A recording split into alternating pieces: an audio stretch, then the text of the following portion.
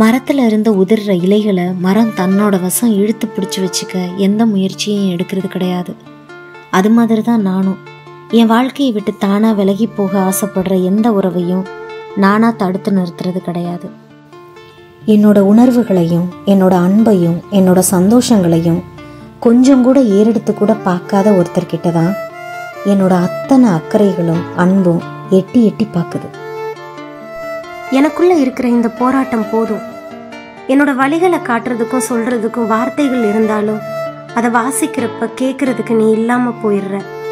நீ தள்ளி போக போக எல்லாமே என்னை விட்டு போறது மாதிரி இருக்கு. மழை வந்ததும் ஒளிஞ்சுக்கிறதுக்கு எவ்வளவோ கிளைகள் இருந்தாலும் நனைய ஆசைப்படுற காகம் மாதிரி எனக்கு ஆறுதல் சொல்ல 1000 பேர் இருந்தாலும் நான் தனியா நின்று அழுகிறதுல எனக்கு கிடைக்கிற நிம்மதி வேற எதுலையும் இல்லை. 2 பேர் ஒருத்தரை ஒருத்தர் உயிரா நேசிக்கிறப்ப, ஒருத்தரோட அன்புக்காக ஒருத்தர் தோத்து போக நினைக்கிறப்ப, அந்த அன்பை பிரிக்கவோ அவங்களுக்கு நடுவில் பிரச்சனை பண்ணவோ இங்கே ஒருத்தராலையுமே முடியாது.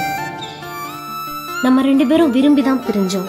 ஆனா இப்போ என் மனசு சொல்றதெல்லாம் மறுபடி ஒரு வாய்ப்பு கிடைச்சா அவனோடு சேர்ந்து வாழ்ந்துட மாட்டோமா, இந்த இருட்டில இருந்து அவன் நம்மளை மீட்டு கொண்டு போயிட மாட்டானா அப்படின்ற ஏக்கம் மட்டும்தான் என் மனசுல இருக்கு.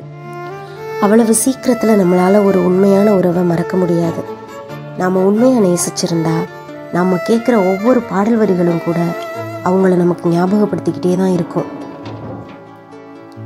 நம்மளோட அதிகப்படியான அன்பு தான் நம்மளை சிரிக்கவும் வைக்குது, பல நேரங்களில் அழவும் வைக்குது.